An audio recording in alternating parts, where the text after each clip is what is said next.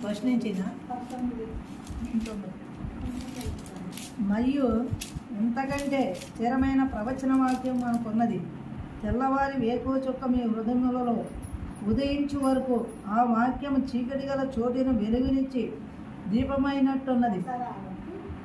ఈ వాక్యము అంటే ఈ బైబిల్లో ఉన్న ప్రతి వాక్యము, ప్రతి మాట ఏమై ఉన్నది? ఏమై ఉన్నది?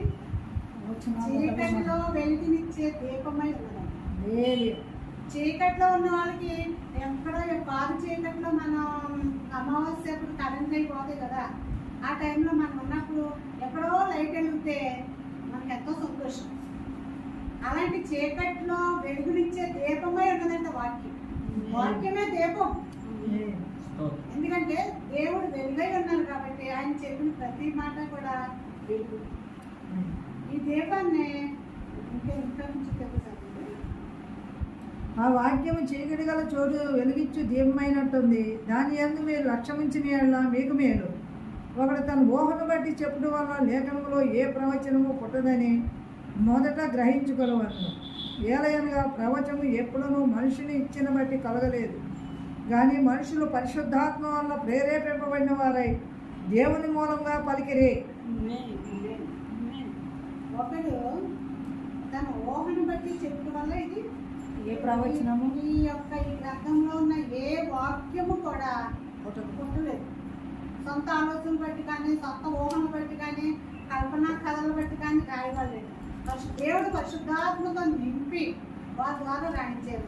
ఈ యొక్క బైబిల్ గ్రంథాన్ని చూసుకుంటే మనం ఇందులో ఎంతమంది రాశారంటే ఈ గ్రంథాన్ని 40 మంది ప్రవక్తలు రాశారు. 40 మంది ప్రవక్తలు కూడా ఒకే టైంలో వరుసగా రాయలేదు. 150 సంవత్సరాల్లో రాశారు. ఆ దేశంలో ఒకళ్ళు, ఈ దేశంలో ఒకళ్ళు, ఈ దేశంలో ఒకళ్ళు. దేవుడు వాళ్ళు ప్రేరేపించి వాళ్ళు రాసినవన్నీ కూడా ఒక చాటుకి చేర్చి ఒక గ్రంథంలో మనకి తయారు చేశారు. ఈ గ్రంథంలో ఉన్న మాటలన్నీ కూడా ఏ ఆలోచన బట్టి కానీ, సొంత ఊహను బట్టి కానీ కలిగి కాదు. దేవుడు మాట్లాడాడు, దేవుడు పలికాడు, దేవుడు మూలంగా ప్రేరేపించి పలికించారన్నమాట. పలికించింది ఏమిటంటే లిఖించబడ్డ. ఈ లిఖించబడి ఈరోజు మనందరం కూడా చదువుకోవడానికి ప్రపంచంలో ఇప్పుడు ఈ పరిస్థితుల్లో ప్రపంచంలో ఎక్కువగా తయారయ్యే గ్రంథాలు ఏంటంటే పరిశుద్ధ గ్రంథం. ఈ గ్రంథం ఎక్కువ ప్రింట్ అవుతుంది, తర్వాత ఎక్కువగా సేల్ అవుతుంది. పరిశుద్ధ గ్రంథం ఎక్కువగా ప్రింట్ అవుతుంది, ఎక్కువగా సేల్ అవుతుంది, ప్రతి కుటుంబంలో ఉంటుంది. పండితులని లేదు, పామర్లని లేదు, ధనవంతులని లేదు, దరిద్రులని లేదు. ప్రతి ఒక్కరి ఇంట్లో బైబిల్ ఉంటుంది. ఎందుకంటే ఎవరొక్కరు స్కూల్లో ఇచ్చినప్పుడు కూడా అంటే స్కూల్లో కూడా చిన్న స్కూల్లో మనం క్లాస్లో చదివినప్పుడు కొత్తలు పంచిపెట్టి మనం చదవకపోయినా పక్కన పెడతా ఉండాలి. కానీ దేవుడు రాయించిన ఈ గ్రంథంలో ఉన్న ప్రతి మాట కూడా మన జీవితాలకి, ఈ గ్రంథం రాసి 8 సంవత్సరాలు అంటే 2,000 సంవత్సరాలు, 3,000 సంవత్సరాలు, 4,000 సంవత్సరాలు కూడా అయింది రాసిపోతుంది. అప్పుడే రాశారు దేవుడు. ఏమనంటే మన జీవితాలకి ఎలా నడుచుకోవాలో, మనం ఎలా జీవించాలో, మనం ఎలా ఎరుగులో ఉండాలో దేవుడు మనకి విడిగా ఉన్నాడు.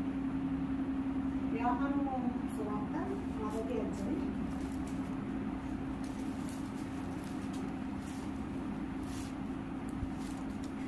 యోహాను సువార్త 1వ అధ్యాయం 1వ వచనం.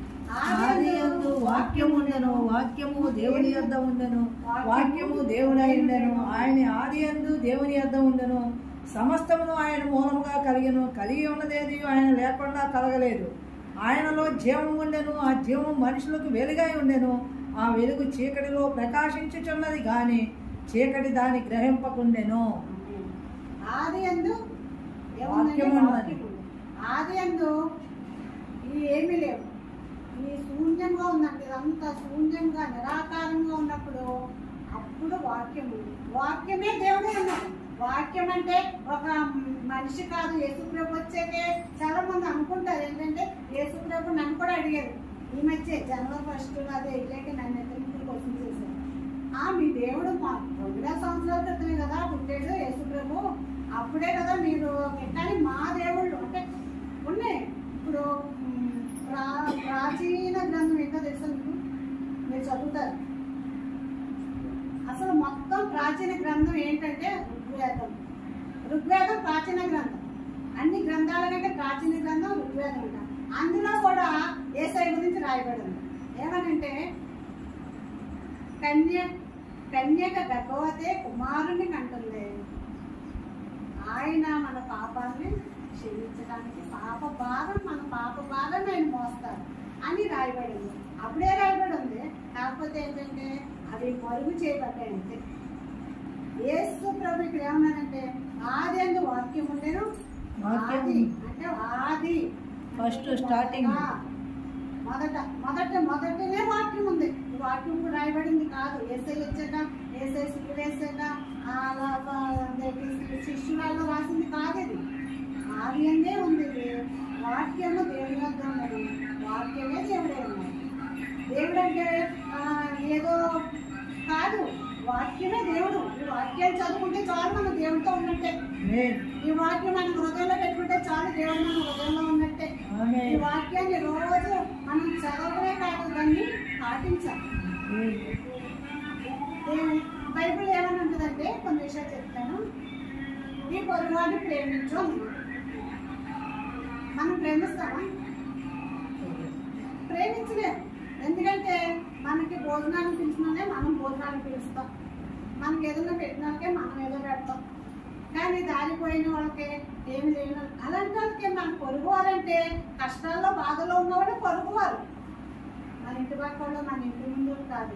అలా దేవుడు ఎన్నో విషయాలు నిన్ను వలే నీ పొరుగువాన్ని ప్రేమించమన్నారు. మళ్ళీ మామూలుగా ప్రేమించమనలేదు. మనల్ని మనం ఎలా ప్రేమించుకుంటాం అలాగే మన పొరుగువాన్ని ప్రేమించాలంట.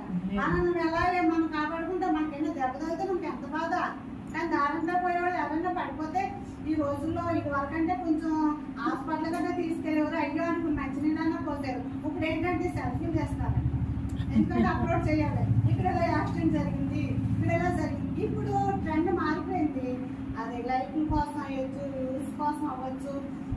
కానీ ఇదివరకు ప్రేమ ఇదివరకటి సమాధానం ఎవరో ఉండలేదు. యేసయ్య ఒక చోట చెప్పారు. ఏమనంటే అంత్య దినాలలో అంటే ఆఖరి రోజులో, ఇది మొదటి వాక్యము, ప్రేమ అయినా వాక్యం దేవుడు ప్రేమ అయినారో అంత్య దినాలు ఏమవుతుందంటే ప్రేమ చల్లారిపోతుంది. ప్రేమ ఉండదు. దేవుడు చెప్పేటప్పుడు జరుగుతుంది. అది లేకపోతే జరగదు. దేవుడే చెప్పేది స్వయంగా ఏమో చెప్పారంటే అంత్య దినాలలో ప్రేమ చల్లారిపోతే తల్లికి తండ్రికి బిడ్డలకి పడదు. ఈరోజు అత్తగారికి కోళ్ళకే పడలేదు కదా, ఇప్పుడు అమ్మకి కూతురికి కూడా పడట్లేదు. మార్పు వచ్చేసింది. ఏంటంటే ట్రెండ్ అంటున్నారు. లేకపోతే మీకు మాకు వయసు గ్యాప్, మా ఆలోచనలు ఎలా ఉంటాయి మీ ఆలోచనలు అలా ఉంటాయి. లేకపోతే మీకు చదువుకోలేదు మేము చదువుకున్నాం. ఇలా ఉంటున్నాయి, మారిపోతున్నాయి. దేవుడు చెప్పారు గ్రంథంలో ఉన్న ప్రతిదీ నెరవేర్చాలని దేవుడు రాయించారు. ఇందులో ఏమని రాశారంటే ఇందులో ఒక పొల్లైనా సున్నా అయినా తగ్గిపోతాడు. ప్రతిదీ జరుగుతుంది. ఏది మానదో జరగడం మానదో అన్ని జరుగుతాయి అని చెప్పిన ప్రతిదీ జరుగుతుంది. మీకు కొన్ని విషయాలు చెప్తాను. థామస్ ఆల్వా ఎడిసన్ గురించి చాలా మందికి తెలిసే ఉంటుంది. ఆయన చిన్న వయసులో స్కూల్కి వెళ్ళేటప్పుడు ఏం చేశారంటే స్కూల్కి వెళ్తూ వస్తూ ఉన్నాడు. కానీ చాలా ఒక డల్ స్టూడెంట్ అన్నమాట. డల్గా ఉండి ఏమి చదవకుండా కూర్చుంటే ఆ టీచర్ ఇంకా ఎంత చెప్పినా కొట్టినా ఏం చేసినా కానీ చదువు రావట్లేదు. ఇంకా ఒక పేపర్ తీసుకుని ఆ పేపర్ మీద ఏదో రాసి మట్ట పెట్టి జేబులో పెట్టి ఇంటికి వెళ్ళిపోమని కనిపించేస్తున్నాడు. చక్కగా ఏంటంటే అప్పుడు సెలవు వచ్చిందంటే సంతోషం కదా. చక్కగా పరుగు ఇంటికి వచ్చేసాడు. ఏంటి బాబు వచ్చేసాడు, ఏంటన్నా సెలవు ఈ రోజు అంటే అమ్మ ఏంటో మా టీచర్ నీకు మరి పేపర్ ఇచ్చిందని ఇచ్చింది. చదువుకుంటున్నాను తల్లి మొహం అయితే చూస్తాడంట ఆ బాబు. ఏంటి కళ్ళు అలా నీళ్ళు కాపున్నాయంట తల్లికి. మరి అమ్మ ఏడుస్తున్నావుటమ్మా, మా టీచర్ నా గురించి చెడ్డగా రాసిందా, ఎందుకమ్మా ఏడుస్తున్నావు అని అడిగినప్పుడు అమ్మ అన్నంట ఎంత నిజంగా ఎంత మంచి తల్లి అంటే ఆ తల్లి. మనమైతే ఏమంటామంటే మనం నోట్లు వచ్చినట్టు పెడతాం, లేకపోతే నాకు వేస్తాం. దాన్ని ఏమనలేదంట. ఏమి లేదమ్మా నువ్వు చాలా క్లేవర్ అంట, నీకు అసలు తెలివి ఎక్కువైపోయిందంట. ఆ టీచర్ కూడా అర్థం కావట్లేదండి నీకు ఏం చెప్పాలో. కాబట్టి నేను ఇంటి దగ్గరే కూర్చొని చదువుకోమందమ్మా, అసలు స్కూల్కి వెళ్ళడానికి అవసరం లేదు, నువ్వు ఇంటి దగ్గర కూర్చొని చదువుకో. ఆ టీచర్ చెప్పలేకపోతుందంట, నీకు అంత తెలివిచ్చాడంట దేవుడిని కానీ చెప్పిందంట. సంతోషంగా అమ్మ అయితే ఇంట్లో కూర్చొని ఏం చదవనమ్మా అంటే ఈ బైబిల్ ఇచ్చింది. ఈ బైబిల్ ఇచ్చి ఒక నోట్ బుక్ ఇచ్చి ఒక పెన్ ఇచ్చింది. ఏమందంటే రోజు బైబిల్ ఫస్ట్ నుంచి చదువుకుంటాం, దాన్ని రాసుకుంటాం, దాన్ని చదువుకోవటం, దాన్ని రాసుకోవటం, అలా చదువుతూ రాస్తూ పెన్ను వేయడం, చదువుతూ రాస్తూ ఇంకా బైబిల్ని ఇంకేమవుతుంది కంటెస్ట్ వచ్చేది. చిన్న వయసు నుంచి ఇదే బైబిల్ చదివి రాస్తా చదువు, ఎందుకంటే చదివితే కొంచెం మెమరీ వస్తుంది, రాస్తే ఇంకా ఎక్కువ అవుతుంది. మా చిన్నప్పుడు చెప్పేవారు మా స్కూల్కి వెళ్ళినట్టు సార్లు టీచర్లు మాస్టర్స్ ఏమనంటే ఒక్కసారి చదివేదానికంటే 10 సార్లు చదివితే ఒక్కసారి రావడంతో సమానం. మనం 10 సార్లు రాసినా అంత గుర్తుంది కానీ ఒక్కసారి 10 సార్లు చదివినా గుర్తుంది కానీ ఒక్కసారి రాస్తే చాలు. కాబట్టి రాయించేవారు, ఎక్కువ హోంవర్క్ చేయించేవారు. అలాగా రాస్తూ ఉండగా ఆయనకి ఒక ఆలోచన అన్నమాట, ఏదో కనిపెట్టాలి చెప్తా ఉండేదంట తల్లి. అమ్మా ప్రపంచంలో నీకు ఒక పేరు రావాలి, ప్రపంచంలో నీకు ఒక ఉన్నతమైన స్థితిలో నీకు ఉంచాలి. దేవుడు బైబిల్ చదువుకోను రాస్తాను, దేవునికి ఆలోచన చెప్తారు, అడుగు దేవుణ్ణి, నాకు మంచి ఆలోచన పెట్టు ప్రభు, నాకు మంచి ఆలోచన పెట్టు ప్రభు అని అడుగుతూ ఉండని తల్లి చెప్తే అలాగ రాస్తూ చదువుతూ ఉంటే ఆయనకు ఆలోచన వచ్చిందా. ఈ వాక్యమే చదివేదంట. ఏమనంటే ఆది అందు వాక్యము, వాక్యము దేవుని వద్దనే, వాక్యము దేవుడే, వాక్యమే దేవుడు కదా. దేవా ఇదిగో తండ్రి ఈ వాక్యాన్ని నేను చదువుతున్నాను, ఈ వాక్యాన్ని నేను రాసుకున్నాను, మీరు నాలోకి రండి, నాకు మంచి ఆలోచన కలిగించండి, నేను ఒక ఉన్నతమైన స్థితిలో ఉండాలని నా తల్లి కోరిక, అది తీర్చండి అని చెప్పినప్పుడు అలా చదువుతూ ఉన్నప్పుడు ఆయనకి చాలా ఐడియాలు ఏమేస్తూ ఉండేవారు, వాటిని చేస్తూ ఉండేవారు. కొన్ని ఫెయిల్ అయ్యి కొన్ని అలా చేస్తూ ఉండగా బలుగుంటుంది. ఈరోజు మనం ప్రతి ఇంట్లో ఉండేది ఏంటంటే వెలుగు. ప్రతి ఇంట్లో ఉంటుంది బల్బు. ఆ బల్బు వెలిగినప్పుడే మనకి చీకటి వెళ్ళిపోతుంది, వెలుగుతో మనం మెట్టుకోగలుగుతాం. అలా ఉంటే కొంతమంది వీళ్ళు వస్తారు కదా, ఎవరో విలేకర్స్ వస్తారు కదా, ఏంటంటే మీరు బల్బుని ఎలా కనిపెట్టగలిగారు, ఎంత ఆలోచన మీకు ఎలా వచ్చింది, ఎంత అసలు ఎంత థాట్ మీకు ఎలా వచ్చింది, బల్బు ఎలా కనిపెట్టారు, అసలు ఎవరికి ఊహకు కూడా అందదో. ఏదో దీపాలు వెలిగించుకునేవారు, లేకపోతే ఒక మంట వేసుకునేవారు. అలా ప్రపంచం అంతా మన దేశం కాదు, మన దేశం కాదు, ఆయన యూదుడు వేసే బిడ్డ అంటే అప్పుడు బైబిల్ తీసుకొచ్చాను అన్నమాట. నేను బైబిల్ని చదివాను, బైబిల్ నా జీవితాన్ని వెలిగించింది, బైబిల్ నన్ను వెలిగించింది, నేను బైబిల్ వెలిగించాను అన్నాడు. ఎంత చక్కటి మాట. బైబిల్ ఆయన హృదయాన్ని వెలిగించింది, హృదయంలో ఆలోచన కలిగించింది. ఇందులో ఉన్న వాక్యము ఆయన ఏం చేశారంటే వెలుగుని కలిగించారు, ప్రపంచం అంతటా వెలిగించారు. ఆ వెలుగే ఈరోజు మనం పంచుకున్నాం. అలాగే బైబిల్ చదివితే చాలా జ్ఞానం. యాకోబు గ్రంథం చూసుకుంటే మనం 1:5 ఏమని ఉందంటే మీకు జ్ఞానము కొదవా ఉన్న ఎడల నన్ను అడుగుడు. అంటే మన జ్ఞానం కొదవ ఉందనుకో, మన పిల్లల జ్ఞానం కావాలంటే వేసే జ్ఞానం ఇవ్వమని అడగటమే. వాళ్ళని కూర్చోబెట్టి గర్తించి కొట్టేసి చదువు మీరు ఎందుకు గుర్తుంటలేదు, మీరు మట్టి బొర్రాలంటే మీ బొమ్మలో ఏముంది, ఇవన్నీ ఆలోచించుకోకుండా మనం దేవుడిని అడిగితే దేవుడు పిల్లలకి జ్ఞానం ఇస్తారు. ఈ దాన్ని చూసామంటే వాళ్ళ అమ్మ వాళ్ళ నాన్నగారు చక్కగా మంచిగా పెంచుతున్నారు, పాటలు పాడుతుంది, మాకు అసలు మాకే వాక్యం చెప్తుంది కదా, బైబిల్ విషయాలు ఎన్నో మాకు చెప్తుంది. ఎంత జ్ఞానం, అది దేవుడు ఇచ్చిన జ్ఞానం. అది అందరికీ కావాలంటే కదా, వయసులో జ్ఞానం అంటే చాలా తెలివి అన్నమాట. అసలు ఇందాకైతే పాడింది అందాల తార, ఆ పాటనే భాషలో పాడేస్తుంది. దేవుడు అసలు మేము వర్క్ చేసుకున్న పని చేసుకుంటుంటే తన చక్కగా పాటని ఆ భాషలో పాడేస్తున్నాడు. అంత దేవుడు తన బిడ్డలకు ఇస్తారు, అడిగి అడగాలంటే ఏమి లేదు, నీకు అడుగుడి మీకు ఇవ్వబడును. అదే దేవుడి వాక్యం.